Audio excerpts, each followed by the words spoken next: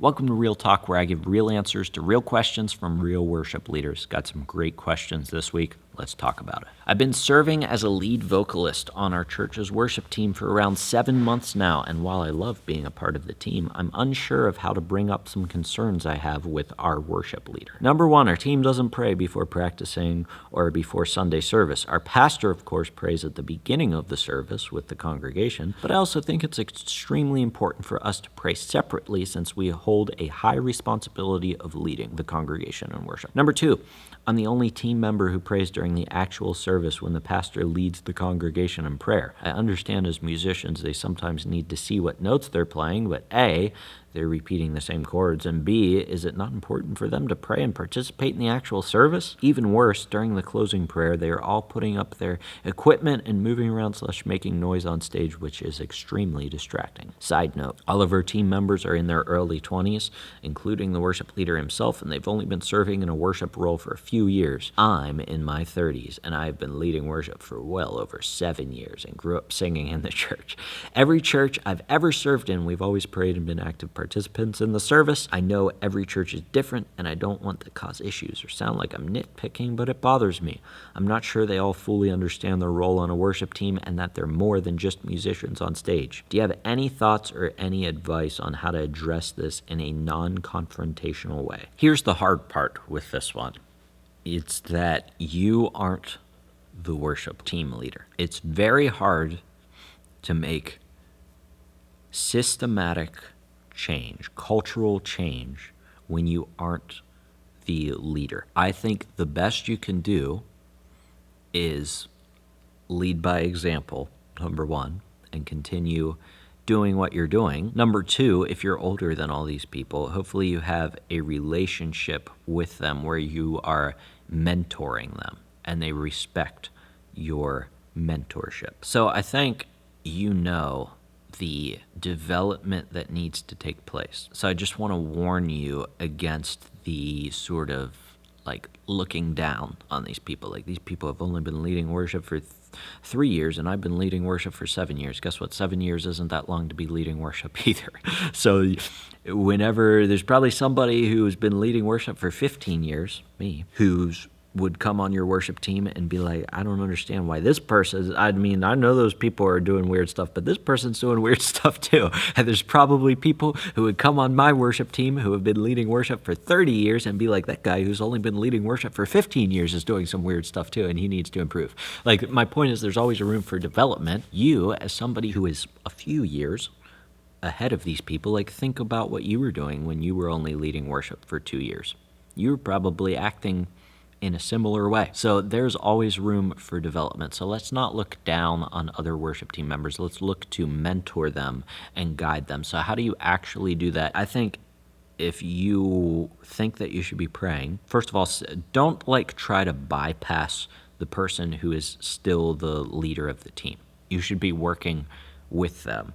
And so just ask them, hey, I noticed we never pray before the service. Is there a reason that we do that? Sometimes we just need reminders as worship team leaders. We aren't perfect people. We get off track. I don't always pray before the service starts. Gasp. Collective gasp in the comments below. I don't always pray with my team before we start. We always pray at rehearsal, but sometimes Sunday mornings are really busy. And I know that that's not a good excuse.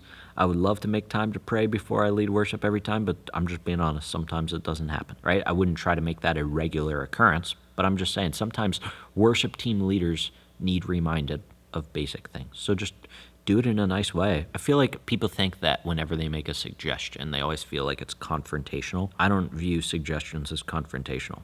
All you have to do is say, I noticed we don't pray before service. Is there any way that we can make time for that? I feel like that's important. If your worship team leader says no to that, that would weird me out. I think most worship team leaders are going to be like, yeah, you know what, you're right. We should probably pray before we lead worship. So just make the suggestions. Don't keep this to yourself and look down on everybody else. Slowly integrate these things. Don't lay it all out at once, but just here and there for the next few months, maybe 1 week, say something about prayer.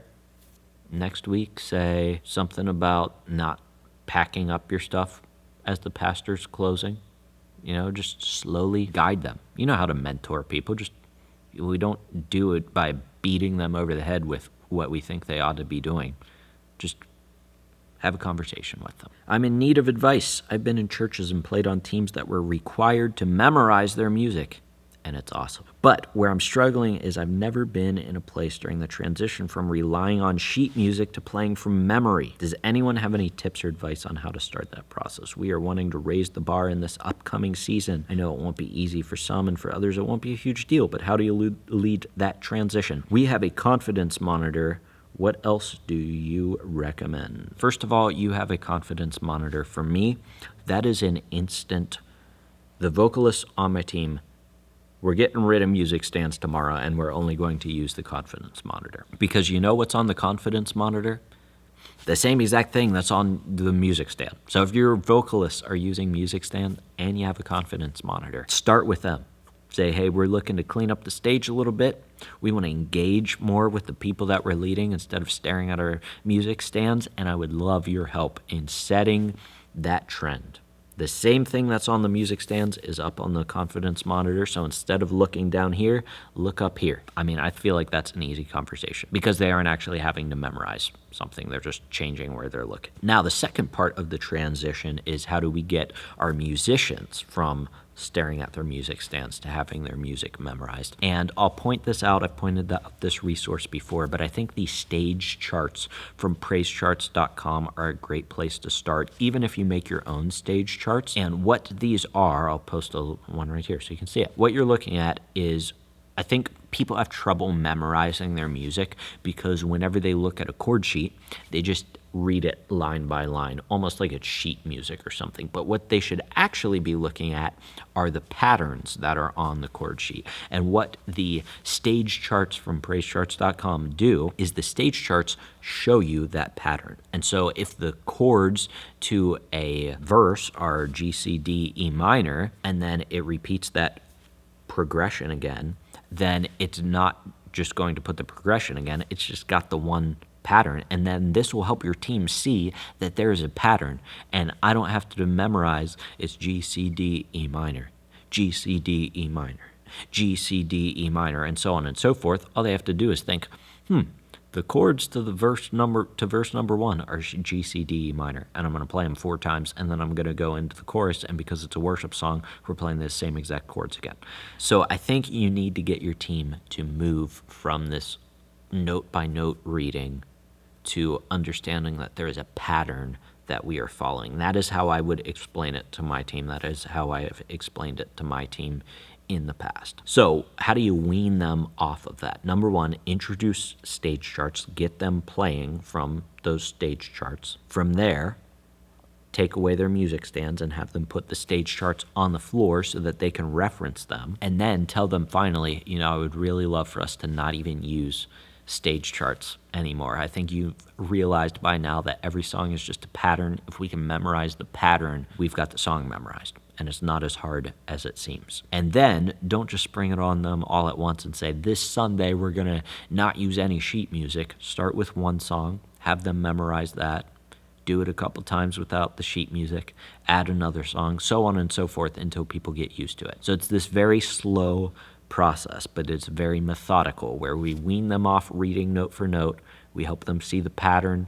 We put the pattern on the floor so they can't look at it as much without looking like a fool. And then we say, let's not even look at the ground anymore. Let's keep it up here in our heads. Also, I just thought of this. If you have a confidence monitor, you can add the chords to Pro Presenter. If you're using Pro Presenter, you can have that on your confidence monitor stage screen. So you might want to look into that, and that would be another step in the process, another tool in the toolbox that you could use. This next question is about songwriting, and so I wanted to have my friend Dalton Schaefer from Spirit Truth Worship answer this question. Take it away, Dalton. My name is Dalton Schaefer from the Spirit Truth Worship Podcast, and I'm also a worship leader at my local church, Candeo Church in Cedar Falls, Iowa, part of the SALT Network, which is a church planting network, and I'm grateful that Spencer asked me to answer one of these questions for you. And so the question that we're looking at says, looking for advice or wisdom. At my church, we are at the point where we want to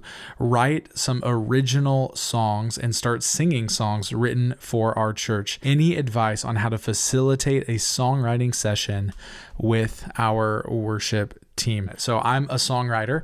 At my last church, we wrote multiple albums. And then here at my current church, this is actually something I'm in the middle of thinking about how we can start up. And so we sing some original songs that I've written, but actually getting some of our own local ministry leaders, guys who are volunteers on our own team to get together and write. And so I want to answer this. And I would say first, you want to cast some vision for why you want to write songs for your church. Writing songs is awesome, but we don't want to do it just because it's a fun thing to do or to make a name for ourselves or for our church. And so we want to actually give our people some vision as to why we want to write songs. And one reason I think writing songs for your church is a great thing is because it actually helps you give language to what God is doing in your local church.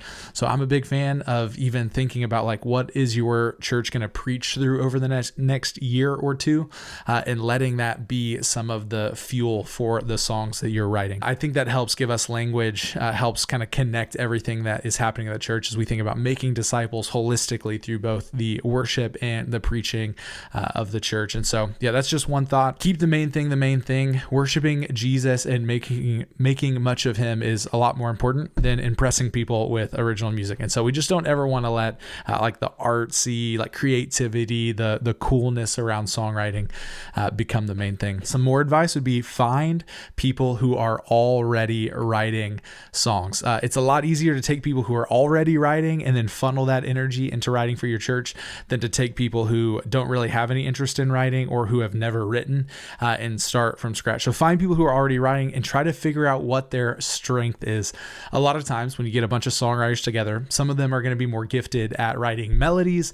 Others might be better with lyrics or structure. Like sometimes we don't even think about this, but like counting the syllables in the line to make sure the verses match to make it more singable for your people. Even thinking through the thematic flow, like does the song, does each verse build on one another? And does the chorus become more interesting every time we sing it because we've kind of developed the theme out? Or by the end of the song, is the chorus just boring and repetitive because you didn't really think through the thematic flow of the song? And so find out what people's strengths are. Some people are better with arranging and production. So just there's a lot of different things that you could be gifted in songwriting. So help find people what their sweet spot is and put them there. Do some training. I recommend this book. It's a book that I've gone through and a bunch of worship leaders I know. And so it's called Writing Better Lyrics by Pat Pattison. Highly recommend going through that to help you kind of develop out some better thoughts around writing song lyrics. And then come with song starts. When you gather a group together to do a songwriting session,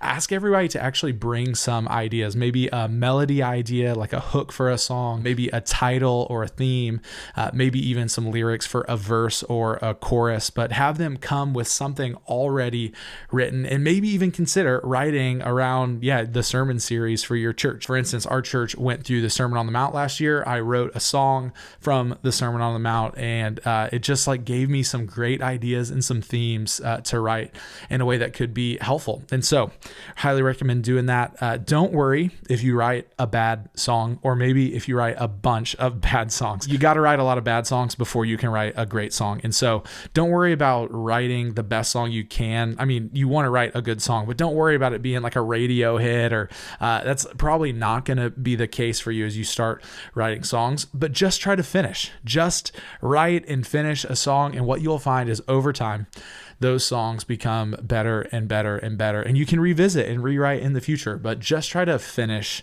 something, like actually put a bow on it, let it be done. That a lot of times is the hardest thing for songwriters. And then the last thing I'll say, as you're thinking about getting a group together to write songs, go somewhere fun. Go somewhere that's enjoyable and conducive to being creative together, worship together, make space to actually just take time to worship, pray together, eat together, laugh together, make it a community-driven experience that you're not just trying to produce something, but you're actually building something together. And so that's just a few thoughts around kind of structuring some songwriting time for your local church. And if you maybe don't have the best songwriters at your church, maybe this is something you want to do, you could always consider bringing in someone from the outside who could help facilitate that. It's always great to have kind of an A a writer that can kind of help give some advice, some direction, some inspiration. And so don't be afraid to reach out to other guys that you know, other worship leaders, other songwriters. So that's just some thoughts about writing songs for your local church. Thanks so much for your insight, Dalton. If you haven't checked out his YouTube channel yet, go over and check out Spirit Truth Worship. He does a great podcast with my other friend, Jimmy Cooper from Hey Worship Leader. They're on there frequently together. I listen to every episode because those two guys are so smart when it comes to ministry. So go check that out. Spirit Truth Worship. I'll link all of his stuff down in the description below. I need some help with some verbiage. We want to tell our church we're actually going to start on time now. There's been a culture of starting at 10:04. I've been tasked with letting people know, but I don't want to come across as, hey, stop being late. Any wordsmiths? I'll keep this answer short. I'm not a wordsmith, but I am an action smith, and so I don't think that you need to say anything at all. You just do it. It is implied from your start time that you are going to start on time. So you don't have to say something to your church about how you weren't starting on time. You just have to start on time. And it's going to take them a little bit to get used to that, but at some point, they're going to realize that they've been walking in late to your service for the past 3 weeks, and wait, they used to start a little bit late, and now they're starting on time. Like, they're going to figure it out on their own. I don't think that this is something that you have to communicate because it's something that you should have been doing all along. So put a countdown. You know my spiel on this. Put a countdown up on the screen. 5 minutes before your service starts. When the countdown hits 0, the lights come on. Hey, welcome everybody. Thanks for being here today. Whatever you want to say at the beginning. I find it weird when people say thank you for being here today. I don't know. It's not like they're doing me a favor coming to church, right? Like I'm not, it's not like a restaurant where we're serving people. Thanks for being here today. I don't know. Just my own thoughts.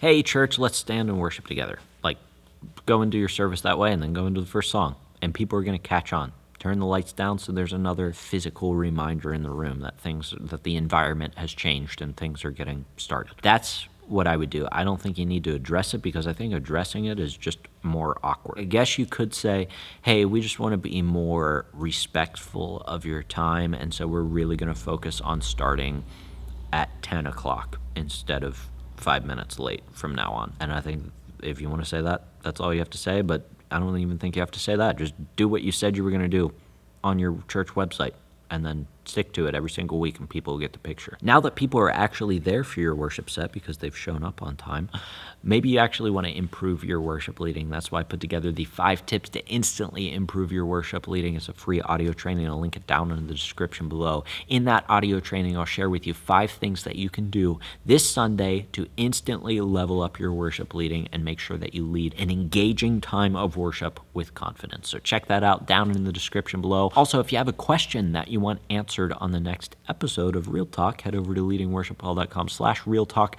This series is designed for you. It's based on your questions, so I need your questions for the series to continue, and I'd love to interact with you. So go ahead, leave your question over at leadingworshipwell.com/Real Talk, and it might be on a future episode. Other than that, thanks so much for joining me. Till I see you in the next video, keep leading worship well.